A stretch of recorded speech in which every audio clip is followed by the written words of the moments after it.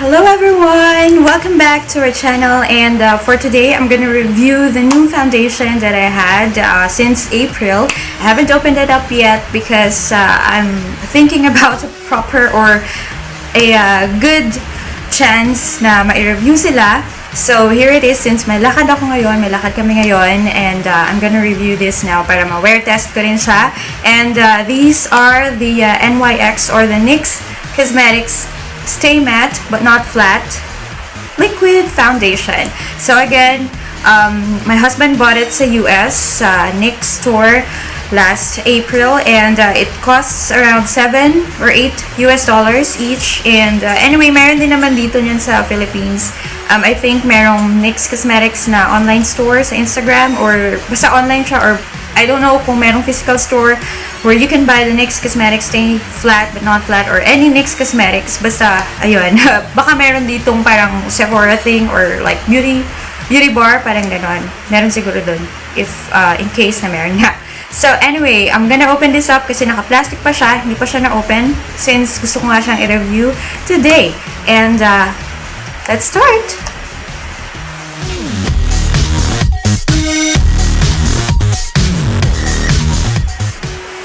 Ayan, open ko na sila. Wala na yung kanilang plastic covering. So, ayan, meron ang... Okay, yung shade is... This one is the Ivory. Siya yung mas maputi. Ayan, yung lighter shade. And the other one is a Nude. This is not the darker shade, kasi, the darkest shade, kasi this type of foundation from NYX has a lot of shades. Sorry, hindi ko na-research ngayon kasi nga nagmamadali ako. Baka dumating na si husband kasi inatid lang niya yung kids sa parents namin. And ayun, so I got 2 shades para in case nga na hindi mag-match yung isang shade, pwede ko silang ipag-mix. So let's try it out. So shake lang muna natin sila. Yan, so na-shake ko na sila. Let's try out muna yung Nude. Nakakainis lang kasi ngayon pa lumitaw ngayong umaga lang actually lumitaw ang akin. So, yung palang cap niya is like this. So, screw cap siya. It doesn't have any flip top sa kanyang, pero okay lang naman kasi naka-tube naman siya. So, you're going to get most of the foundation or most of the products dito kasi nga tube type siya. So, anyway, medyo flowy siya. Flowy ba? Or liquidy. Medyo liquidy yung consistency niya. This is the Ivory. This is the Nude. Ito pala yung medyo dark shade. I'm not sure if you're seeing it. Pero medyo dark siya sa aking balat, sa aking skin tone. And then, ito naman yung light na shade na nakuha niya. Sabi niya, ito na daw yung yung lightest sa mga shades na nakita niya doon. So, let's see. The Ivory. Medyo maputi siya, if you can see. Ayan, maputi siya pag nakikita niyo siya. Pero the Nude naman is this one.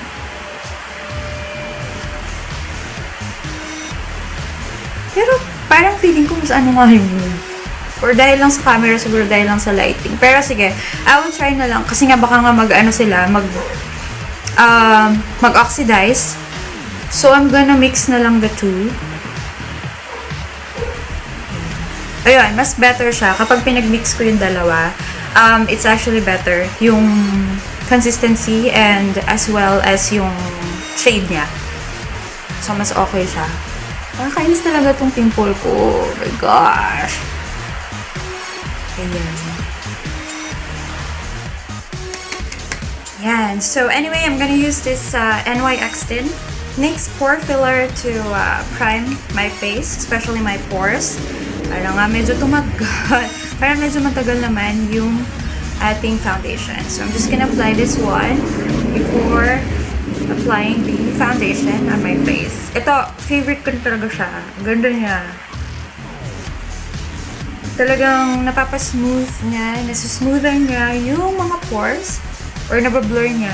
Yan, see? Hindi na siya masyadong shiny kanina, diba shiny? So, yung nagko-concentrate lang naman ako usually sa aking T-zone. Kasi yun yung unang nag-oil up. So, the T-zone niya. And of course, the nose area. Since yung nose area talaga ay dyan nagkukumpulan yung mga pores, diba? I know you know what I mean.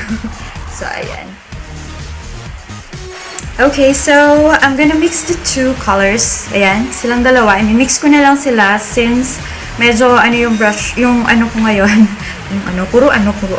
So, i-mix ko na lang silang dalawa para sure na sapat yung color combination. Ayan. So, i-mix ko sila. Huwag masyadong light. Para hindi masyadong light, hindi rin masyadong dark. And I know, as expected, mag-oxidize to sa skin ko. For sure. So, i-mix ko lang sila. And I'm gonna use a stippling brush. Ayan, stippling brush kasi yung mga sponge ko madumi. Hindi ko pa sila nalilinisan. Hindi ko pa sila na-wash. Sorry naman. So, anyway, ayan.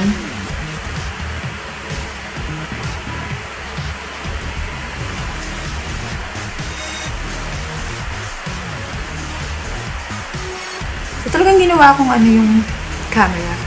Anyway, mukha lang siya talagang maputi because of the light. Adjust natin yung light.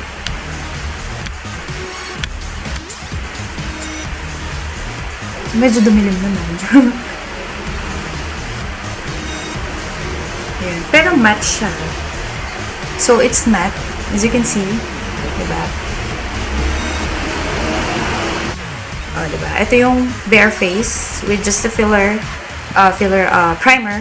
And then, ito yung with foundation.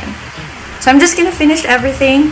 And I will be back pag okay na yung face ko, pag buo na. Because I still need to blend. Blend ko muna siya ng maayos before showing you the results after the makeup. Okay? And magbe-bake din pala ako. Okay? So, I'll be back. Ayan. So, I was able to fix na. Na-blend ko na rin siya ng maayos. Medyo maputi lang talaga sa camera. Ba't lagi na lang maputi sa camera? So, anyway, in real life, yeah. So, okay naman siya. Na-blend na siya. Yung pimple ko talaga, hindi siya natakpan. So, ayan. Anyway, i-road test sa sasakyan. I-test ko siya. I-wear test ko siya ngayon because we're going out. And nag-bake nga pala ako. After ko in-apply yung foundation, nag-bake ako para to make sure na it will last hanggang mamayang hapon. Kasi parang whole day din kami sa labas. We have to do some shopping for school supplies of kuya. And mag-grocery din. Kaya iniwan na namin sila doon kasi pagkasama ko yung mga bata. At ako yung nag-grocery, siguradong ang dami kong bibilin na hindi kailangan. Yung talagang gusto lang nila dahil gusto nilang bilhin. So, ayan. Okay na siya. And lahat ng ginamit ko, so I'm gonna put them on the description box. Lahat ng ginamit ko sa aking pagmumukha. And yeah. Right now, it's 11:09. As if nakita. 11:09 a.m. So, lalabas na kami. Punta na kami ng mall. And I'm gonna update you na lang po later. See you and I will be back. Hi, I'm back and it's past 5 p.m. na. Tapos, ayan. As you can see, hindi pa naman siya masyado nag-oil up. Parang matte pa rin siya, pero may konting pagka-dewy. May dewy finish. Pero, ayan nga, hindi pa nag-oil up. Tapos, dahil nga nag-bake ako kanina. So, ayan.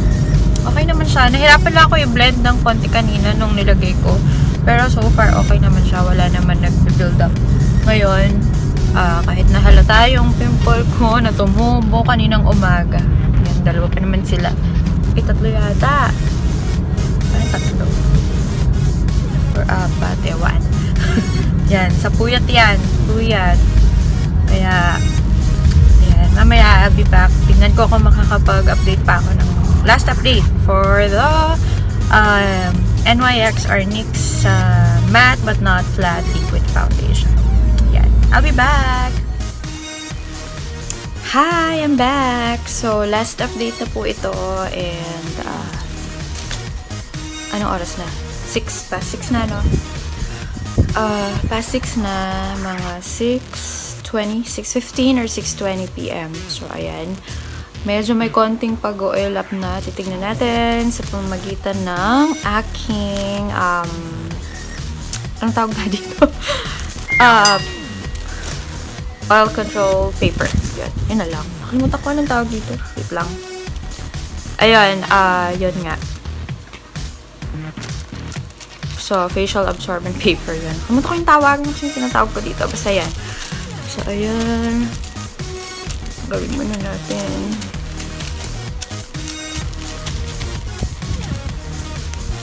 Ayan, medyo oily na. Medyo lang naman. Tsaka may halong pawis eh. Oil and pawis na to na pinaghalo. Natin. O, diba? Dumikit na siya kasi nga basaan na. Oil at saka pawis na pinaghalo. Tapos, ayan. Tapos, nag-transfer na rin yung color niya. Nung foundation, nag-transfer na rin siya dito sa papers. Ayan. Yun. Pero overall naman, hindi ako agad nag-oil up. Siguro nga since nag-bake ako. And then, mattified siya. Mattified yung NYX or NYX Stay Matte but not flat na liquid foundation. So, okay siya. Medyo mahirap lang siyang i-blend kanina kasi parang yung consistency niya at first is medyo liquidy siya. Pero pag in-apply mo, nagiging thick yung consistency. So, mahirap siyang i-blend using yung brush, yung stippling brush na ginamit ko kanina. Pero, one of these days, I will try na gumamit ng yung sponge naman. Tatry ko siya na gamitin with this. Pero, overall, okay naman kasi 6 or, no oras ba? Mga past 10 na yun eh. Past 10 na nung natapos ako ng makeup. So, 10 to 6. It's mga 8 hours na yung nakalipas bago ko napansin na medyo nag-oil up na yung face ko. So, okay pa rin naman siya for whole day. Basta, make sure na mag-bake kung oily yung skin. Mag-bake para hindi agad mahulas yung makeup. Ayan. So, ayan. Yan ang aking review and ito na yung final na update. And again, thank you so much for watching my video. And if you haven't subscribed yet, please click on subscribe. And don't forget to join our video. I have our giveaways. So we have 2 giveaways running. Yung isa, yung collaboration with Abby. And the second one is the giveaway of Pigeon baby products. So, ayan, don't forget. And see you on our next video. Bye!